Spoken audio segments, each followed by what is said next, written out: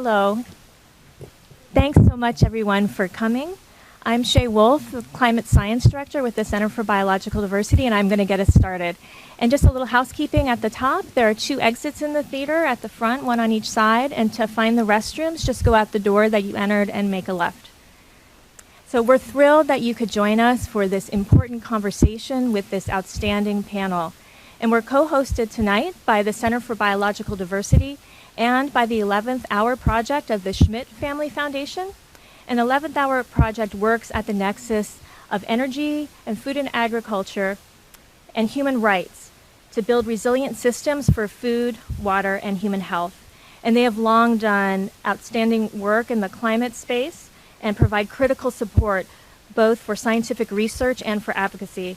And so we are so grateful for all that they do, and that Jake Mogan, the program manager of the energy program, and Kiara Ott, program associate, are here with us tonight. Thanks.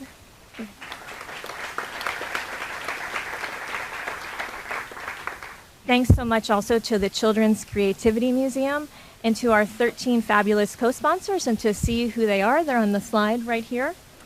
And there will be tables at the mixer afterward where some of them will be available for further conversation. And so the motivation for this panel tonight is that we are in a climate emergency. I mean, the science is clear that the vast majority of the world's fossil fuels must remain in the ground to avoid devastating harms from the climate crisis. We need a rapid phase out of fossil fuel production and a just transition to clean energy. And yet, at the same time, the fossil fuel industry for decades has spread misinformation and climate denial to keep the status quo, to keep extracting, keep polluting, and profiting despite the devastating harms to everyone else.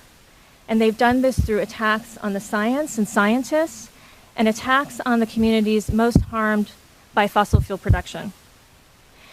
But the tide is turning. The calls to keep fossil fuels in the ground and to transform our extractive economy into a regenerative one with a just transition are intensifying, and they are resonating. And in response, the fossil fuel industry is shifting its tactics. So the panel tonight will explore these dynamics. And we'll have a question and answer session following the conversation, so if you could please hold your questions until then. We will be circulating note cards where you can write down your questions along with your name and affiliation. And when you're done, if you could pass them to the end of the aisles, and we will be picking them up throughout the program. And then after the program, please join us to grab some food and drink in the adjacent museum space at the mixer.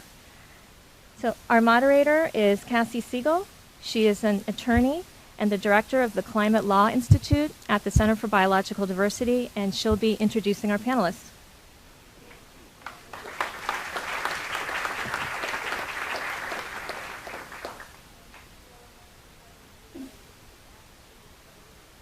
To get to moderate this panel of incredible people.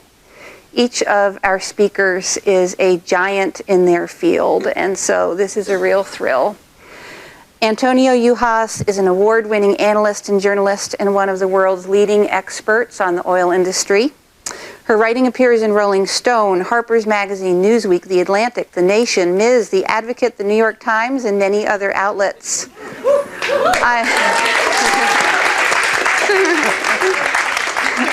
I'm actually going to very briefly quote here from her website. Reporting from the front lines of fossil fuels and climate change, her investigations have taken her a mile below the ocean surface in the Gulf of Mexico, to the rainforests of the Ecuadorian Amazon, from the deserts of Afghanistan to the fracking fields of North Dakota, from the Alaskan Arctic to the oiled beaches of Santa Barbara, and many more places in between. I think that gives you a little flavor of her writing, which is both lyrical and extremely scholarly. Her writing highlights women and girls as their stories are least often told. She's currently a Ted Scripps Fellow at the Center for Environmental Journalism at University of Colorado, where she's writing a book on the end of the fossil fuel era. But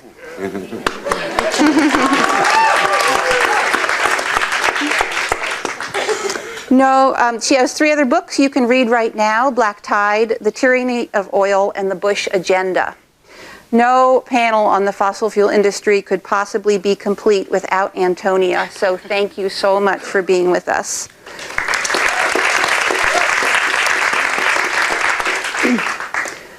Dr. Michael Mann is Distinguished Professor and ESSC Director at Penn State. He's received numerous awards, including the EGU Hans Osher Medal, the AGU Climate Communication Prize, the AAAS Public Engagement with Science Award, and the Tyler Prize.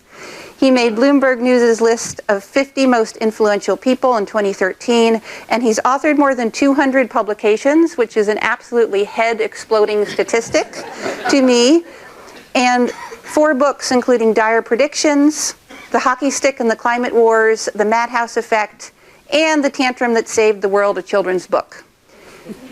He is one of the most decorated, influential, and well-known scientists alive today, and also one of the busiest and most in-demand people I've ever met. So thank you so much, Mike, for being with us.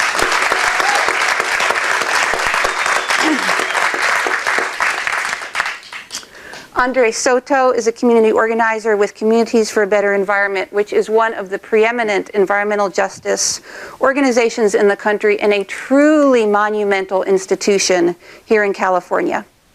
Andres is a lifelong resident of the Richmond area and a legendary community organizer. He has spent his adult life as an advocate for progressive change on the local, state, and national levels, and has battled the oil industry on behalf of the people with great success for many years. He is co-founder of the Richmond Progressive Alliance and has served as a City of Richmond Planning Commissioner. And you can listen to his radio program, El Show de Andres Soto, Thursdays at 3:30 p.m. at 94.1 KPFA for incisive discussion of political and social issues and some incredible music. And I learned today, I mean, the playlist on his show is incredible. But what I learned today is it's not just any incredible music he picks, it's his music, because he's played his saxophone all over the world. So,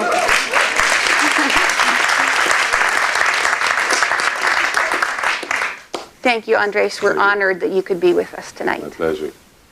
I'm going to kick things off with one question for each panelist. The conversation is going to flow from there, and then, as Shaye said, we will get to audience questions. So, first question to Mike. In your book, The Hockey Stick and the Climate Wars, you tell the story of what happened after you published this figure, the hockey stick. And as you've said, this is this iconic and easily understandable image. It shows the sharp spike in temperatures from the industrial era contrasted with this long period of stable temperatures before then. It looks like a hockey stick on its side. And because it's so understandable, it became a prime target for the fossil fuel industry because it was a huge problem for their disinformation campaign. And so they went after it and after you with everything they had, the endless attacks on the paper, the surrogates in Congress, the state attorney general's offices, launching high-profile public investigations, and then, of course, the stolen emails from Hackergate right before the Copenhagen climate talks used to smear you and misrepresent your work. And they leveraged the media, so everything that I just said, probably every single one of you, I say hockey stick and you knew that. So tell us where things stand today. It's been over 7 years since that book. Are the attacks still coming? Maybe you've won in enough times that they've declined. Have they abated and have they changed? Yeah, thanks. You know, listening to you summarize all of it, it does sound pretty overwhelming. But it's a different experience to actually go through it. And you know, I would have been perfectly happy if they had left me alone. I went to UC Berkeley, studied applied math and physics, went off to Yale University to study theoretical physics, got into climate science. I was a science nerd who was happiest just being left alone in the laboratory, crunching numbers, running models. If they had left me alone, that's what I would be doing today. But I thank them for not leaving me alone, because in fact it's given me an opportunity to inform what is arguably the most important societal conversation we've ever had about the greatest threat that we face as a civilization. I feel privileged to be in a position to do that. So I thank my detractors for elevating me to the point where I really have a platform now to speak out about the existential threat posed by climate change. There is always sort of some background in the background. If you're a prominent climate researcher and you are active in communicating the science and its implications to the public, you will be attacked. You are going to be attacked. You have to develop a thick skin. You have to understand that it's not personal. It's about the fact that you're having an impact. You're hurting their clients. The fossil fuel industry is the most powerful and wealthiest industry that's ever lived on the face of this planet. And we understand that that industry needs to disappear. And those of us who are communicating the threat of climate change to the public represent a threat. In fact, the greatest threat posed to the fossil fuel industry, you may have read this in the papers recently. According to OPEC, this international consortium of oil producers, the greatest threat that they face as an industry is Greta Thunberg.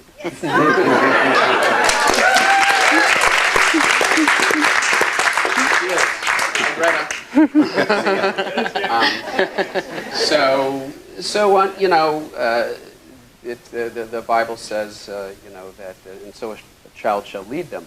And for all the work that we in the climate science community have done for decades in trying to communicate the reality and threat of climate change to the public, it took a 16-year-old girl and children marching around the world to sort of get us that foot in the door that we've needed. And now that that foot is in the door, we can't put it all on them. We can't put it on the children. We have to take advantage of this opportunity now to act. And that's what we're going to talk about here today, I think.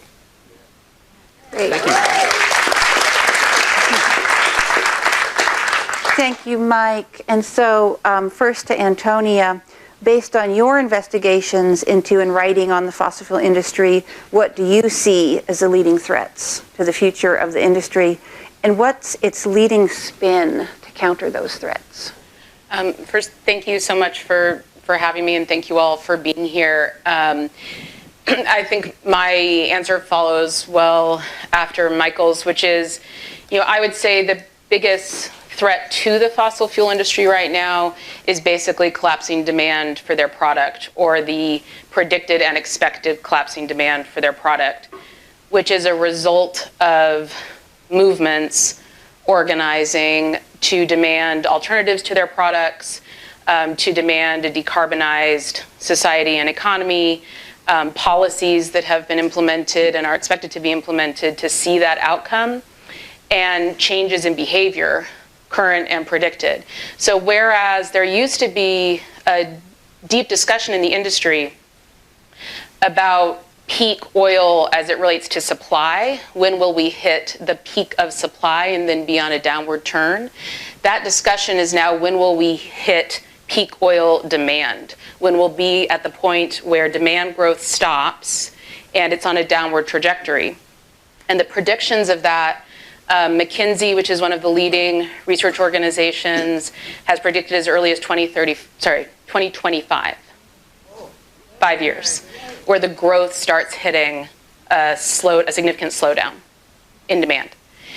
And Exxon, in its most recent report to its investors, predicts a 30% drop-off in demand for gasoline, particularly for passenger vehicles, coming soon. But that initiates a decline in other demand for oil-related products. Their expectation, and we'll talk about this more, is that that demand curve, that fall off in demand, will be met with an increase in demand for plastics generated from oil. But we'll talk about that more. But so they're facing an existential reality threat that nobody wants their products anymore. And that they're already seeing the repercussions of that, which is, again, also as a result of movements that have organized for divestment and targeting banks and investors. We are seeing a significant drop-off in investment and security of the investment moving into the sector. So I saw this as sort of an astounding figure. and I'm going to write an article on it, so nobody stump me on it if there's any journalists out there. So if you look at all the major US and European banks, with the glaring exception of Wells Fargo, between 2017 and 2018, the majority, and in fact almost all, reduced their investments in the fossil fuel industry from 2017 to 2018. That's a shocking fall off. Hedge funds, with a few glaring outsiders, are also less willing to gamble, particularly on frackers. And they're basically forcing fracking companies to come up with their due. Fracking companies have been running on losses forever. I'm here from Colorado, where the fracking industry in Colorado has lost a total of $27 billion in total in its operations. And now there's this sort of comeuppance is coming, because the expectation is not that sometime down the line that money will come. It's rather sometime down the line, actually, we're going to lose that money. And so there enormous pressure is being placed on the industry. But that then creates the biggest threat, I would say, from the industry, particularly as it relates to climate change, which is that they're facing an enormous cash shortfall, massive cash shortfall. That's why Saudi Aramco is putting forward an IPO for its for Saudi Aramco for the first time, and deep concern over their ability to make money in the future. And so their intention is to drill their way out of their problem. So they're planning massive increases in production of their product. So that's the biggest threat, I would say, is coming from them, is that they're going to try and solve their problem by producing way, way, way more. Which means that in terms of sort of responses, policies that are looking at both then curtailing demand have to be partnered with policies that are looking at curtailing supply. So if the industry is intending to drill its way out of a problem that we're identifying as climate change, then it would follow that they would need to be told not to do that, forced not to. And so I'm just gonna, because I've talked longer than I should, I'm gonna end with the quote. How many people are here with the American Geophysical Union Conference? So I thought this was a really telling quote from a recent article from Business Week that just ran in October, entitled "The Age of Oil is Coming to a Close." And it reads in part, quote, "Workers in the energy industry need to be prepared for this shift. For knowledge workers, such as geologists, this means cultivating technical skills that can be useful in other fields. For managers, it means establishing a network of professional contacts outside of the oil and gas industry." And that's the discussion that's taking place within the industry. I've probably gone on long enough, and I can answer later the sort of how are they spinning. That sounds great. Thank you for that. Thanks. That awesome setup. And going to Andres, the extent of the oil industry's power here in California often surprises even a lot of people who live here. And yet you've led some really major victories, like defeating multiple proposals to expand crude by rail around the state. And Communities for a Better Environment is a leader in the Last Chance Alliance, which is a coalition of hundreds of organizations, health, faith, environmental justice, conservation, labor, and so on, that have come together to demand that Governor Newsom protect Californians by phasing out oil and gas production here. And Newsom recently announced, he became the first governor of any major oil-producing state to announce that the phase-out needs to happen and to launch a process to protect public health from neighborhood drilling. And we have a moratorium in place on some of the riskiest, most hazardous techniques like fracking. So, congratulations, first of all. Major victory. Congratulations to all of our co-sponsoring organizations. So that's pretty big. So tell us, what is the industry up to here locally, statewide, and do you see the tide turning? Yeah, well, thank you, and thank you everybody here for being here. And these victories are not my victories, not even CBE's victories. It's a whole coalition of a whole lot of people many of them are here in this room tonight. So thank you guys yourselves for all that work. And, well, you know, these guys never sleep, and they're everywhere. And so we confront Western States Petroleum Association, WSPA, which is their trade group, in a number of arenas. Subsequent to the 2012 Chevron explosion and fire in Richmond at the Chevron refinery, we were part of a coalition, Refinery Action Collaborative, that ultimately came up with a proposed rule for the Bay Area Air Quality Management District to adopt that would have put a cap on refinery emissions based on an average of their emissions from 2009 to 2014. So we're not even talking reductions, we're talking a cap, just trying to stop it from getting worse. And the executive leadership of the agency, Jack Broadbent, they call him the APCO, the Air Pollution Control Officer.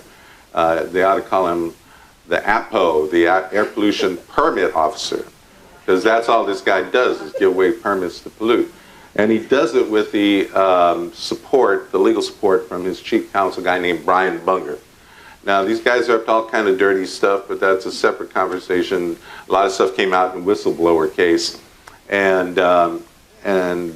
But what happened was with this rule, we finally, after 3 years, got the board to vote, 16-3, to move the rule forward. Well, this cap and trade extension was getting cooked up in Sacramento. And what happened was a month later when the board was going to vote on it, the staff subverted the board's ability to vote on it by coming in with late proposals that could not be considered under the Brown Act, the California Public Meetings Act.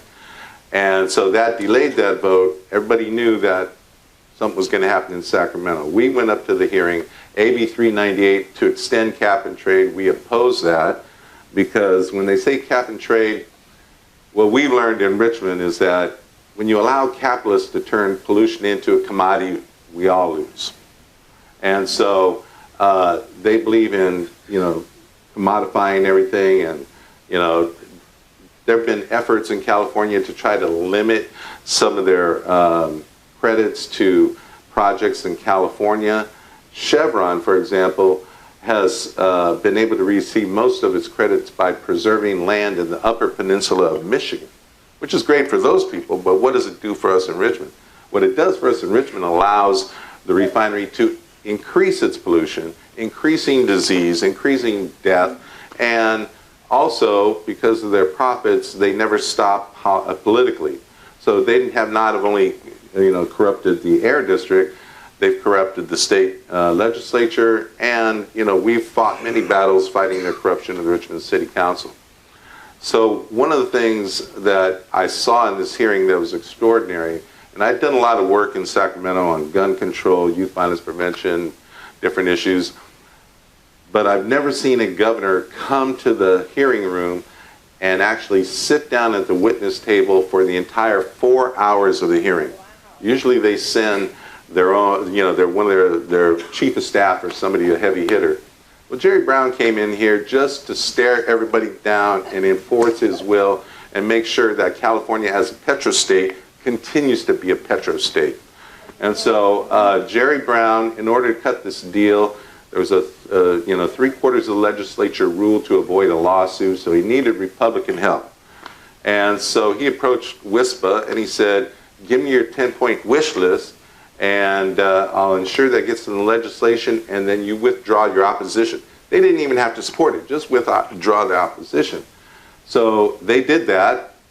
R.L. Miller from Climate Hawks, she's the chair of the Environmental Committee for the Democratic Party, released the memo, leaked it out, and we saw it before it was going down. And one of the 10 points they wanted was to prevent local air districts from reducing greenhouse gases, which is their job. And instead they transferred that to CARB, California Air Resources Board, who it's never been their job. And so that's where we're at. And so they crafted this little bill to try to buy off EJ communities called AB 617, companion bill heard at the same time, provides $5 million for the whole state of California for communities to develop emission reduction plans. So what that meant is one community per year. So here in the Bay Area, West Oakland, most heavily impacted, they got it. But in Richmond, they created an advisory committee with a lot of industry representatives, 2/3 industry, 1/3 community. And guess what? These folks self-voted to maintain themselves as an additional year as a monitor-only community instead of emissions reduction plan. So the corruption works on multiple levels. And the latest development that we've seen is in Richmond, we have the Levin Terminal. And it's a bulk goods export terminal. And about 6-7 years ago, they started shipping coal. And then now they're shipping petcoke from the Phillips 66 refinery in Rodeo. And it's illegal to burn it here in California for power, but it's not if we ship it to India or China or Mexico and other places. And so these people are making their money, but WISPA has now created an official partnership with the California Building Trades Council. So when you see plumbers and pipe fitters, carpenters union, iron workers, IBEW, the Brotherhood of Electrical Workers, all these folks, laborers union, they're all in bed with the oil industry as an official partner now, and they call it Common Ground California. You can look up the website, commongroundca.org. They started a few months ago, and the first production they staged was they brought in 120 angry white guys into the Richmond Planning Commission, intimidated them from adopting an ordinance to phase out coal and petcoke over 3 years. They showed up last week at the Richmond City Council meeting, and the hearing went all the way till midnight, and the council has not yet voted on that ordinance. We'll see what happens, because now the Richmond City Council is no longer majority progressive, it's majority regressive. And so that battle's still yet to be fought, but that's a coalition coming to you. Excellent, thank you. Let's circle back to Antonia. Your most recent investigation for Rolling Stone is about the environmental and climate justice implications in Louisiana of the fossil fuel industry's Hail Mary expansion into plastics. How significant do you see plastics to the future of the industry, both in terms of the reality and the spin?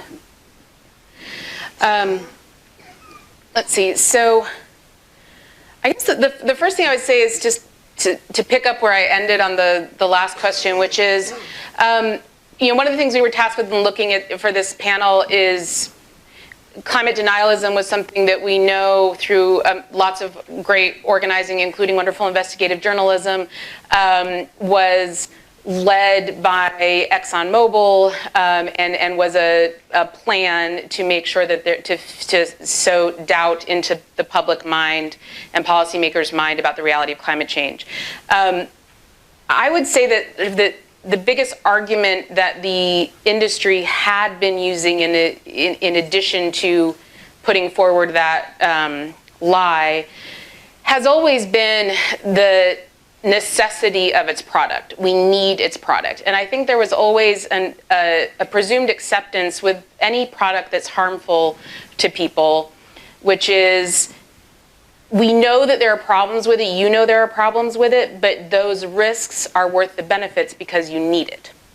And I think for a number of reasons, and predominantly now because of climate change, the argument of need, as well as there being alternatives, as well as there being enormous amounts of work that's being done to make it so you don't need fossil fuels, but in particular because of the impacts of climate change, that sort of basic argument of need is no longer really accepted by, I think, the majority of the public. So when they lose that sort of fundamental argument of you need us, and therefore you have to accept the problems associated with our product, I'd say their main argument now is that, well, you may not need us as much as you did before, but you're still going to need us moving forward, at least some of it, some of our product. And you in the United States need to feel the importance of it's much better to produce here than it is elsewhere. So while we still need your product, you want to produce here because producing here is better than producing in other places. And also that if you stop producing here, the product's just going to pop up somewhere else.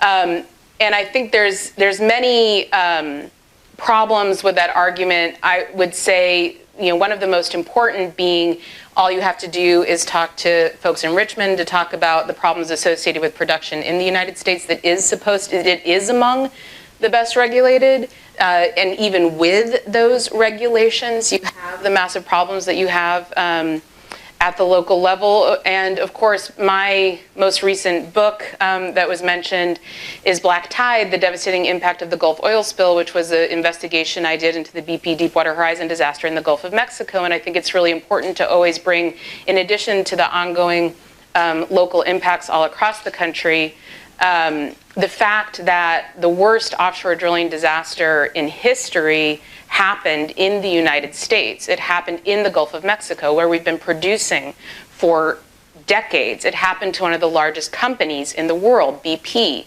It happened under the Obama administration. And I think that's very important to highlight when an argument is, we have the best regulations, therefore it should happen here, is to say even under those conditions of some of the best regulations, that happened here.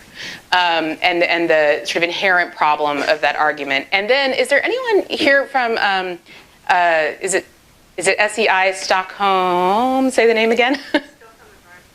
Stockholm Environment Institute, which has done really important research on this other piece, which is if you stop production here, say, for example, in California, that equivalent amount will just pop up somewhere else, and that somewhere else will be worse, right? That's their argument.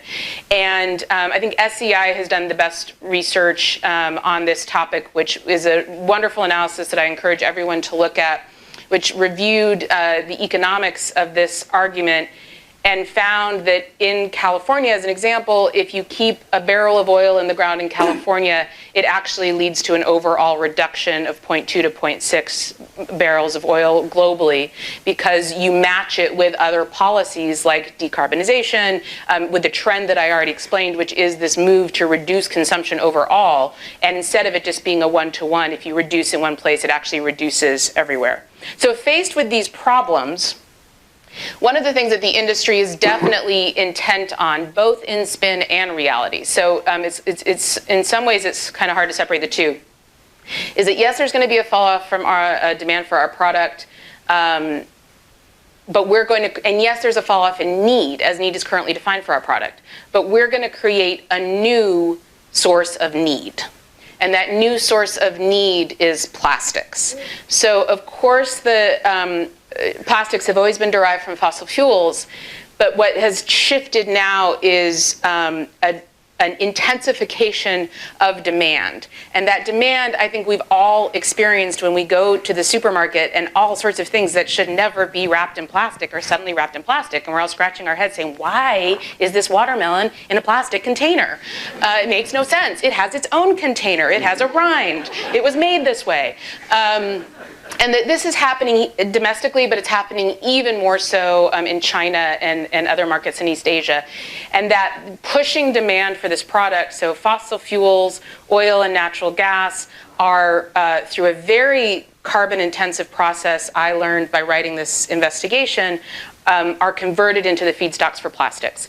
And the industry is betting massively on this increase in demand for plastics worldwide being the way that it's going to create new need for its product. And then that will accept the harms associated. So in Louisiana, in an area that's already known as Cancer Alley, which is the 85 miles between New Orleans and Baton Rouge, historically Black, historically low-income population that has the 7 census tracts with the highest cancer risks in the entire country already located, which is why it's called Cancer Alley. 150 petrochemical complexes already within this area is the site of the largest intended increase in the facilities that convert fossil fuels into plastics. And so you've got this massive production that I was talking about and the intention of maintaining the massive production. So what do you do with the production? You have to put it somewhere if you keep it up. So you ship it via pipeline down to the Gulf. There's also some infrastructure that's being built in Appalachia, some in Texas. and you use this massive infrastructure that burns an enormous amount, releases an enormous amount of greenhouse gas emissions to convert it into the feedstocks for plastics, which are then primarily shipped to China and other places. And there is enormous environmental harm in addition to the greenhouse gas impacts of this process, not only locally, the chemical releases, air pollution, water pollution, ground pollution, but then of course you have all the plastic, right? Which then has to be disposed of. So I will say, amidst that lovely positive story I just told, is one thing, the heart of this story is actually the resistance to this in Louisiana, and an amazing woman, Sharon Levine, who's one of the leaders of the local resistance, and her story. But also, as I've been reading these industry analyses that I've been talking about, the industry is actually very aware also of the very strong movement to really intensify the ability to recycle, to limit what type of plastic can be made so that it is recyclable, to shift more of the burden on producers, and to make recycling a process that actually, through the regulations of how recycling can be made better, actually limits production. And they're very aware of this movement, and they're very concerned about it. So Antonia, yeah. Thank you. So Mike and yes. Andres, so Antonia has done this amazing job laying out this landscape of the industry. Is anything coming up for you in terms of how the interactions you're having with the fossil fuel industry now? Do you feel like any of it is driven by some of the dynamics that Antonia has been talking about, or changing in a way that's connected in any way? Yeah, I suppose I'm a little less sanguine about the idea that there is a transition underway away from fossil fuel burning in the near future. We've seen global carbon emissions actually go up over the last few years after they had flatlined for a few years. And in part, that's because we have one country, the President of the United States, threatening to leave the Paris Accord. That sort of took pressure off of other state actors like China. We've seen China now, after having been decommissioning coal-fired power plants, building new coal-fired power plants once again. China's carbon emissions have gone up, and as goes China right now, goes global carbon emissions. So we're actually headed in the wrong direction. And I know at one point we were going to have some discussion about, and I don't know if you wanted to defer that, what needs to happen over the next decade. Let's do it now. Yeah. So you gave this very striking presentation yesterday at AGU. So first, just tell everybody who wasn't there, what is AGU, why are you here this week, and summarize these research findings. So AGU is the largest collection of nerds in the Bay Area every year.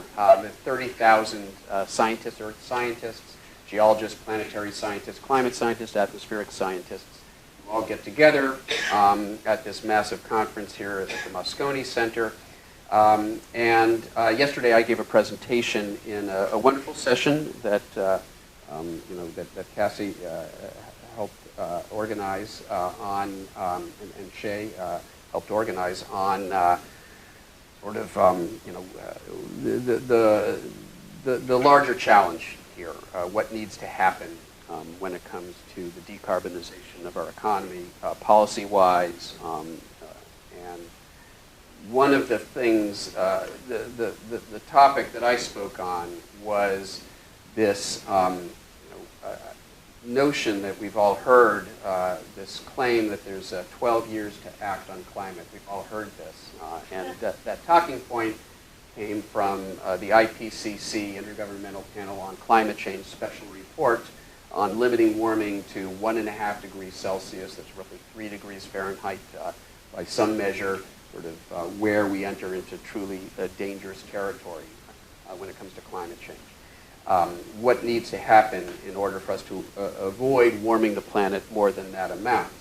And that came out a year ago, so 12 years ago, that was 12 years until 2030, and the conclusion was that we needed to basically cut global carbon emissions in half by 2030 if you do the math, over 12 years, roughly 5% a year. We need to decrease carbon emissions 5% a year globally. And of course, they're going in the opposite direction right now. So it's a year later, carbon emissions are going in the opposite direction. So obviously, it's a more uphill challenge.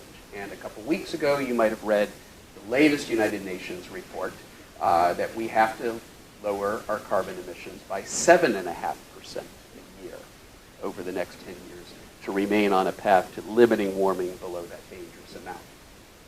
What I talked about was, and there's a larger theme here, which is that the scientific community is often accused by the forces of denial and inaction as being alarmist, as overstating the problem. But at pretty much every juncture, if anything, we've been overly conservative. Our projections have actually underestimated the rate of ice loss, of sea level rise, the increase we're seeing in extreme weather events. All of this is proceeding faster than we expected, faster than the models predicted.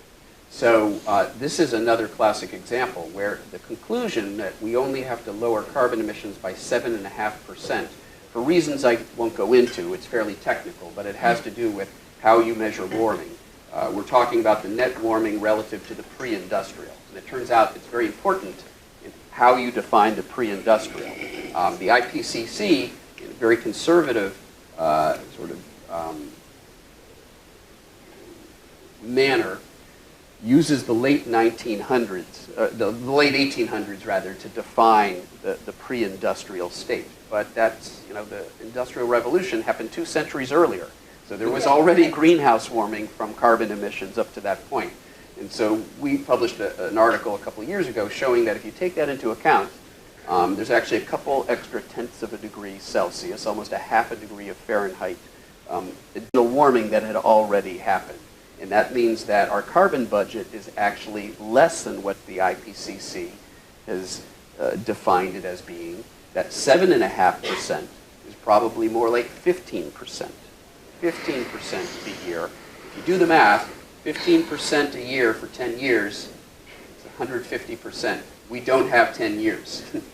We've got to bring our carbon emissions down far more dramatically than the IPCC has said. So once again, if anything, the challenge is actually greater than what the IPCC has said it is. Thank you for the incredibly brilliant research, even though the news is bad. And given the ever-increasing urgency, maybe each of you could discuss what you've used or seen, or in Antonia's case, reported on. What are the most effective strategies to counter the fossil fuel industry's tactics? And maybe start with Andres, and we'll go down the line. Briefly, I want to frame what are the other things that they're doing right now that this Bay Area audience ought to be aware of.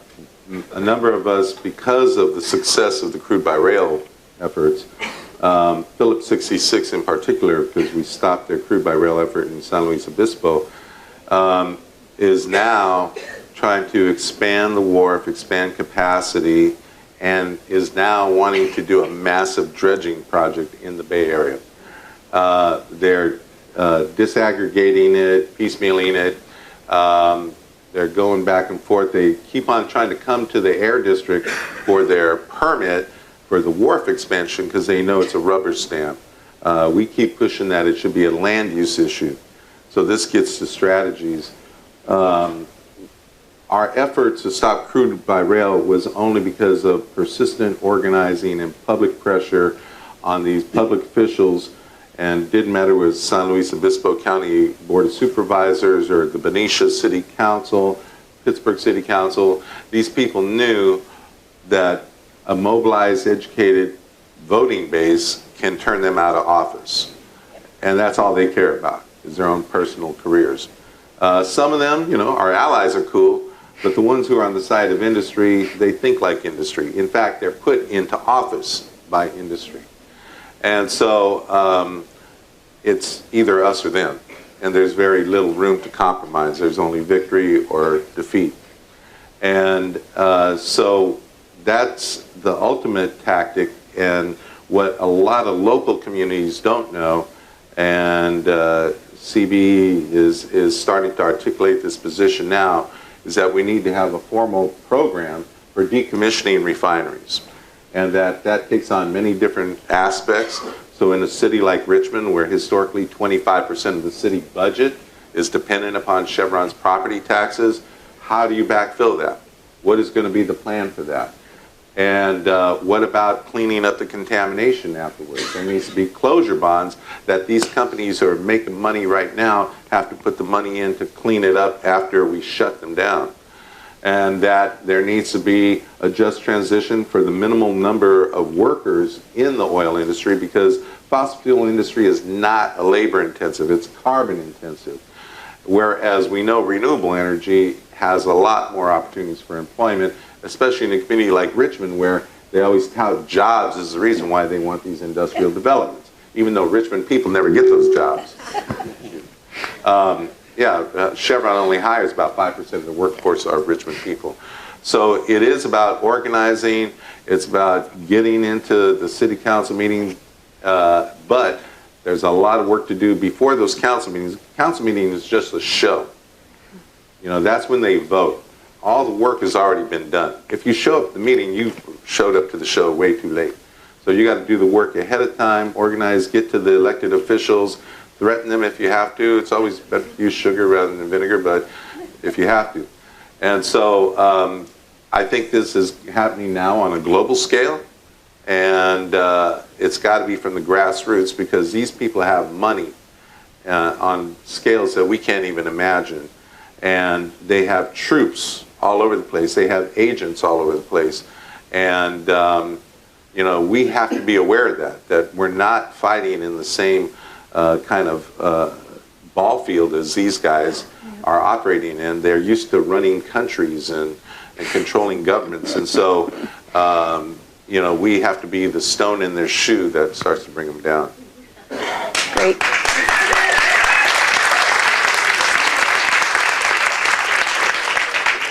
Mike, from your experience, what are the most effective things you've seen or done? Well, I was going to sort of maybe get at this issue of what are, you know, the evolving tactics of the fossil fuel industry in blocking climate action. It's a topic that's near and dear to my heart. It's the subject of the book that I am writing right now on what I call the new climate war. As the impacts of climate change become undeniable to the person on the street, as we're seeing them play out in real time. I'm here in California, the Bay Area. I had wildfires that shut down my alma mater, UC Berkeley, less than a month ago. From here, I'm headed to a sabbatical in Sydney, Australia, which is currently aflame. Sydney, California aren't supposed to have simultaneous wildfire seasons, but that's the world we live in now. So the impacts of climate change are playing out in real time on our television screens and on newspaper headlines. The public gets it. Politicians can't deny it. So we're moving away from denial to, in some ways, a more nefarious strategy of what I call deflection, division, doomism, and delay. And I'm happy to unpack that. Please do. Well, so deflection, and let me talk about single-use plastics and plastic pollution. How many people in this room, and I tell there are people probably of roughly the same generation, remember the crying Native American commercial in the early 1970s? Yeah. The guy was really a Sicilian. He was Sicilian? From Louisiana. From Louisiana. Yeah, excellent. Italian American. Iron Eyes Cody was an actor from Westerns. And so the deceit of that commercial is betrayed by even the fact that the Native American wasn't not a Native American, but the deceit goes much deeper than that. So we all thought it was this inspiring commercial that got us all to care about the environment. The tear running down his eye as he sees the plastic and metal pollution being strewn from cars, collecting in the river that he's rowing down. And initially, several environmental organizations had signed on with this PSA. They were co-sponsors of that public service announcement. Keep America Beautiful was the campaign. but it was actually a campaign hatched on Madison Avenue by the beverage industry, by Coca-Cola. They did not want to see the continued passage of bottle bills in states like Massachusetts, where I grew up.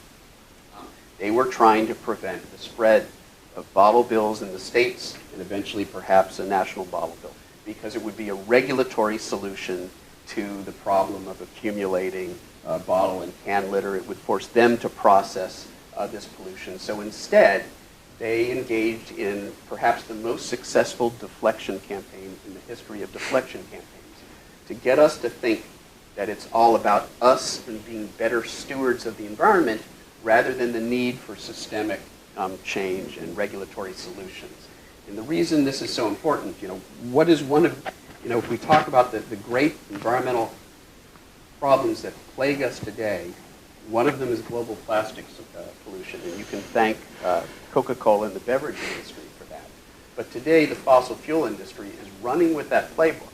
And while there are all these things that we should do, we should all be better stewards of the environment, and there are individual actions that we can engage in to decrease our carbon footprint. In many cases, it makes us healthier and happier, saves us money. We should do all those things. But don't allow them to convince us that it's all about individual action at the expense of systemic. That is the deflection campaign that's playing out right now, and I thought Elizabeth Warren spoke to it very eloquently during one of those debates where she talked about, and that's, by the way, and I'm not going to finish this, but that's the division, because get us arguing about our individual behavior, about our plastic straws and our hamburgers, and distract us so that we're not focused and we're not speaking with one voice and holding industry accountable for this problem.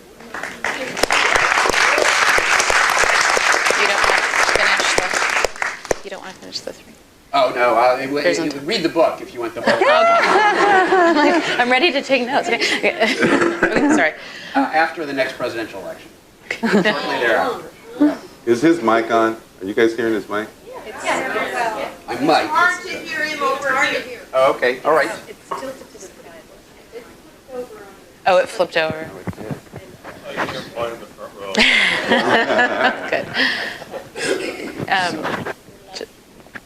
Should I go? Yeah, Antonia, do you want to talk about most effective strategies you reported on? Or Yeah, I think there's a lot to draw on, so I was going to start taking notes. I think what I would say is I think some of the most important reporting I've done, there's sort of two pieces to it. One is sort of everywhere I've been in the world, whether it's Afghanistan, the Arctic, the Amazon, Louisiana, Richmond, the promises of the industry are identical. And it's, once we're operating here, there will be healthcare, schools, roads, money, jobs. All of these things will be promised. And what's interesting is sort of watching different communities respond to those promises. And I think I would say that in the Ecuadorian Amazon, there has been this incredible, that I've reported on, this just consistent from the very beginning of the promises response, which is we already have those things, we just don't have them in the way that you want to see them. So we have our health provided by indigenous communities that live in the Ecuadorian Amazon. We have our health. We have our education. We have our ability to get around. We have the work that we need to do. And what you're proposing is an intent to supplant that in a way that we know. We don't need to wait to see it happen. We know what the impacts will be. And a very strong commitment for 150 years to resist a very, very powerful industry for 150 years to try and bring that. Now, that's not true across the entire Amazon, and there are many communities that have welcomed it, and there are many communities that have tried to stop it and didn't succeed. but this sort of ability to identify from the very start the spin and know you just sort of never to accept it. And I think what I've seen played out in many communities is sort of a different way of how they respond to those promises and then react to the reality. And what I think has proven most effective, and what I think the industry is most worried about, is this combination of the push from communities and movements to eliminate their product. I mean, like I said, eliminate the necessity, the need, the demand, the ability to produce their product. So it's the combination of policies that seek to decarbonize and to stop production. And I think they are very much afraid of how organizing has led to, for example, Sanders, Warren, Harris, Booker, all embracing an entire ban on fracking, which is the primary mechanism in the United States that they use to produce oil right now. I mean, talk about, you're threatening your entire existence. Ban this entire mechanism, of this entire mode of production, is obviously an enormous shock to their system, and they're taking it very seriously. The Green New Deal is an enormous shock to their system. They're taking it very seriously. The Paris Climate Agreement, even lacking the teeth that I think many in this room, or probably all in this room, would wish that it had, is still an enormous threat. And those threats are what has led to the mass devaluation of their product, and the threat that no one's going to want it because it's not worth as much as well, is this mass devaluation. So I think all of that is sort of this cumulative effect is what I've seen as being intensely successful in undermining both the spin and the reality of these of the industry. Yeah. I'd like to kind of piggyback on. Please do. And if we have audience questions, team, will you bring them up and we'll get in as many as we can. But Sure. please, yes, go for it, Andres. We've seen this play out in Richmond. This offering money to people, funding nonprofits who then show up and testify on behalf of Chevron, even though they know better. And this alliance between the building trades and oil versus, say, the service unions. So a lot of division is being played with their money. But one of the things that I've learned in the last few years is that here in California, I think it's now 2/3 of the oil that's refined in California is actually imported. And 1/3 of all the refined products are exported. And so once again, we're receiving the pollution directly in our communities where the refineries are at, while they're making profits overseas. And so one of the things that we're recommending is that to initiate this decommissioning process is first to ban exports from California refineries. That will also reduce demand for input of the crude oil into the system, and that is going to be a huge battle.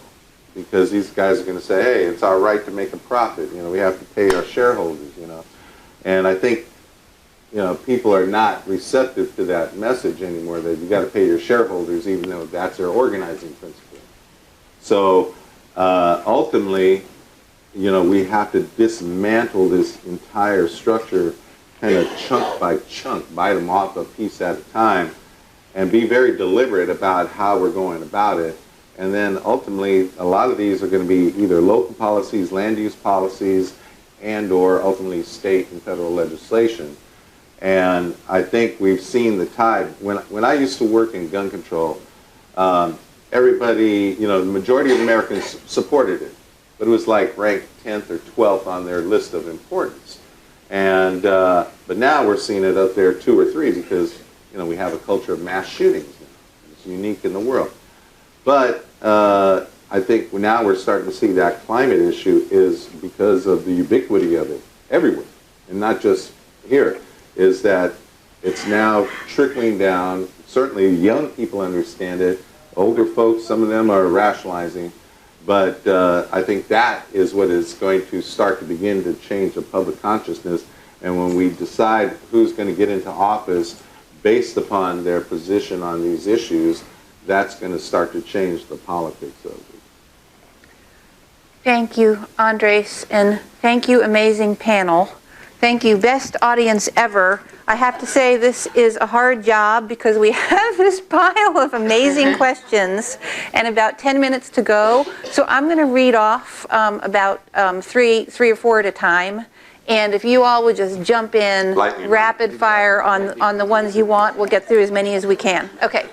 How do we win? Be as specific as possible.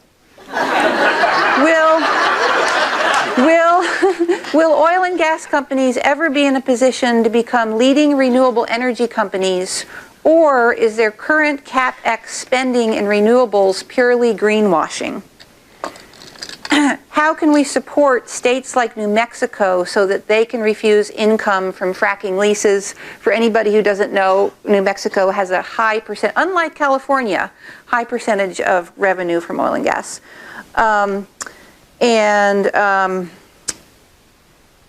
Okay, let's do those three. Who wants to go first? I'll be happy to. I'll take the easy one. How do we win? We vote. We vote out politicians. We vote out politicians who refuse to be part of the solution. We vote in those who are willing to, and it's that simple. If we don't turn out for elections, then we get presidents and a Congress that is beholden to the fossil fuel industry and will do what's in their interest rather than what's in our interest. And of course, if you're here in California, you know, the vote is sort of already fairly powerful and it's on the right side of this issue, but there are lots of other ways that we can influence the conversation across the nation to make sure that we do turn people out for this next presidential election and get them to vote on the climate issue all the way down the ticket, because this is a make or break election for the climate. The only thing I'd add to that is we cannot be nationalists. If we are nationalists, then we got our head in a bucket, and that's not going to solve the problem. We have to think about this transnationally because we're fighting transnational corporations. Really quickly jump onto that one. One of the things that I'm most interested in my research is looking at the way that the United States, Russia, and Saudi Arabia are now teaming up in a way that they never have before to ensure that fossil fuels remain the dominant resource in the world. So this is an international coordinated attempt to make sure that that is sustained. The axis of evil. Yeah. So there's many reasons why Trump and Putin collaborate, and I certainly believe that that is one of them, and Mohammed bin Salman. I'll address the renewable energy question. So first, I've done a lot of research looking into are oil companies investing in any meaningful way in renewable energy. The answer is a definitive no, no, no, no. Total maybe does the most, and I think at the most that's 5% of their investments has been renewable energy. The rest is entirely spin. But I would also say one of the most amazing experiences I had reporting was being in the Alvin submarine at the bottom of the Gulf of Mexico with an incredible scientist, Mandy Joy. And one of the things she wanted me to see, in addition to the oil spill at the bottom of the Gulf of Mexico from the BP oil spill, was these little microscopic, sort of worm-like entities that live off of the natural oil seeps that occur, teeny, teeny, teeny, tiny amounts of oil that naturally seeps out of the Gulf of Mexico, and it's at the bottom of the ocean floor, and these species live off of that oil. And the sort of importance of that is to say that oil is not a renewable natural resource, but it is a natural resource. It's a naturally occurring resource. It's humans that have turned it into a massively destructive resource. And what I say is I would look towards the companies that have taken a natural resource and done with it what they have, and then say, do you want to give them another natural resource, which is the sun or the wind or the water? And that would be my answer to that question. Yeah, and it was just 2 years ago, I think, when Chevron decided to divest of any renewable energy in their portfolio. Can't afford it, that's why. It's because it's too much, it's just all about PR and not making any money off of it. Okay, next round. Can you talk about the need to transition off of natural gas? What can we do about the disturbing trend of criminalization of protests against fossil fuel projects? And oftentimes, those behind bars and incarcerated are left behind in the conversation about climate change. What specific solutions should we pass, propose to support the incarcerated population and protect them from the climate crisis?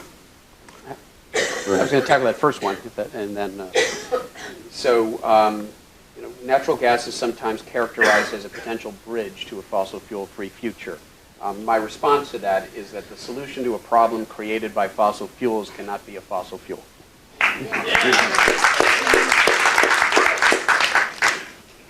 So in terms of criminalization and exclusion, you know, growing up in a community like Richmond, we've experienced this for generations.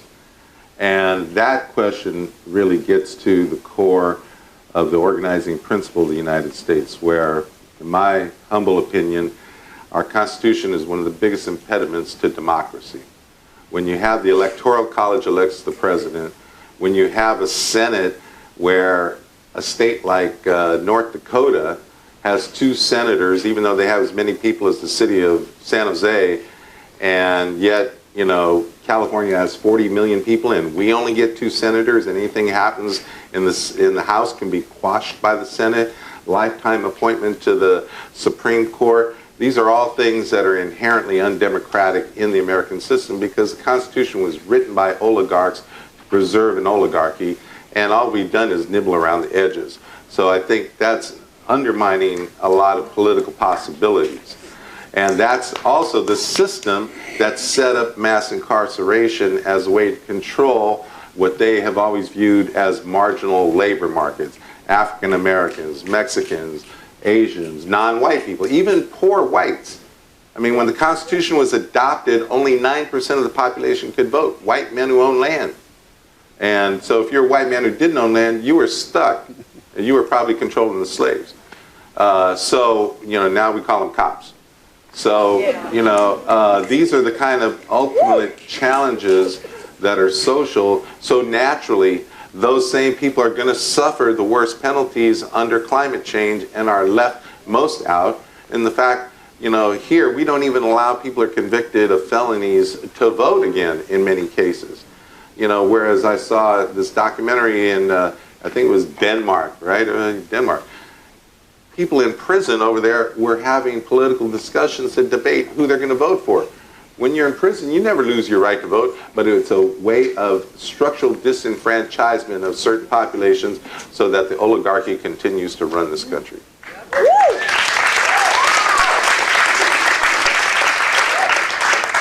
So I think throughout much of the history of the oil industry, including starting in Pennsylvania and then traveling around the world, you know, militarism has been a key component of the expansion of oil operations. And for a lot of the history of oil operations, much of that after its birth, so there's something called the Oil Wars, which happened right at the time of the birth of Standard Oil in Pennsylvania. There's a great book on this history. It's called Tyranny of Oil that I wrote that you could look at. But not to go into that. But that militarism has primarily taken place now around the world. So when I was in Afghanistan, it was reporting on the role of oil and natural gas in the war in Afghanistan. You know, in countries throughout the world, in Ecuador, it's about indigenous communities declaring their willingness to take up spears and machetes against the military to defend their land against oil development. Throughout the world, and this has been now newly intensifying, is the use of deadly violence and other forms of militarism against environmental defenders and those resisting fossil fuel operations. And in the United States, I think this took, in the modern era, its sharpest manifestation in the Dakota Access Pipeline, the militarized response to the Dakota Access Pipeline. And that then led to this new wave of legislation that is seeking to just halt those protests before they even begin.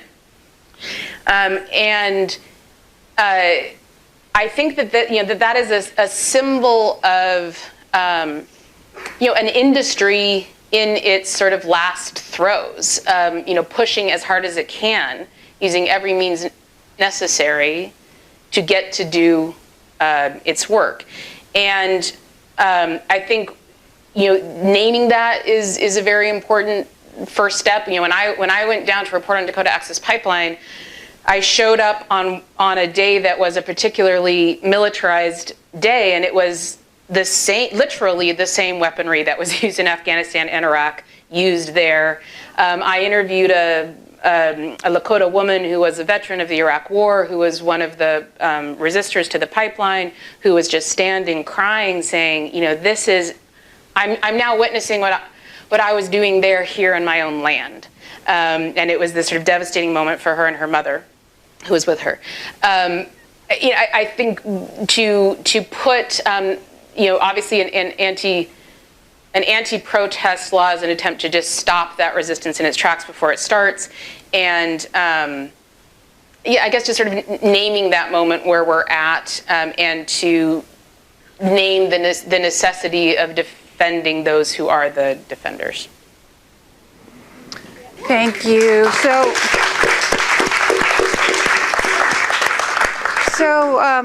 honoring our late colleague Rose Braz, who amongst many other wise things always said, you must end your event on time. I am going to wrap us there. I want to thank everyone for coming and apologize we did not get to all the amazing questions. I want to thank all of our sponsors again, including two who I believe may be our youngest sponsors here tonight from Earth Guardians, Magdalena and Josiah, who are 11 years old. They're working on divestment. And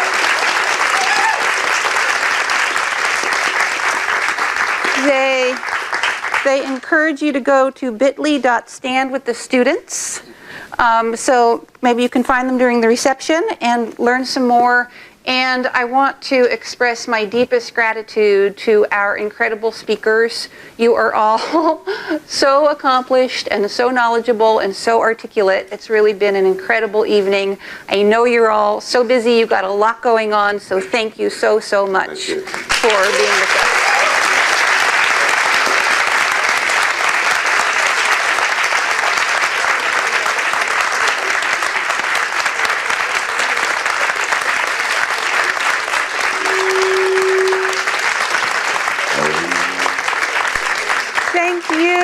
Take these mics off and please exit through the door you came in, and we'll see you for some wonderful organic vegetarian food and drinks.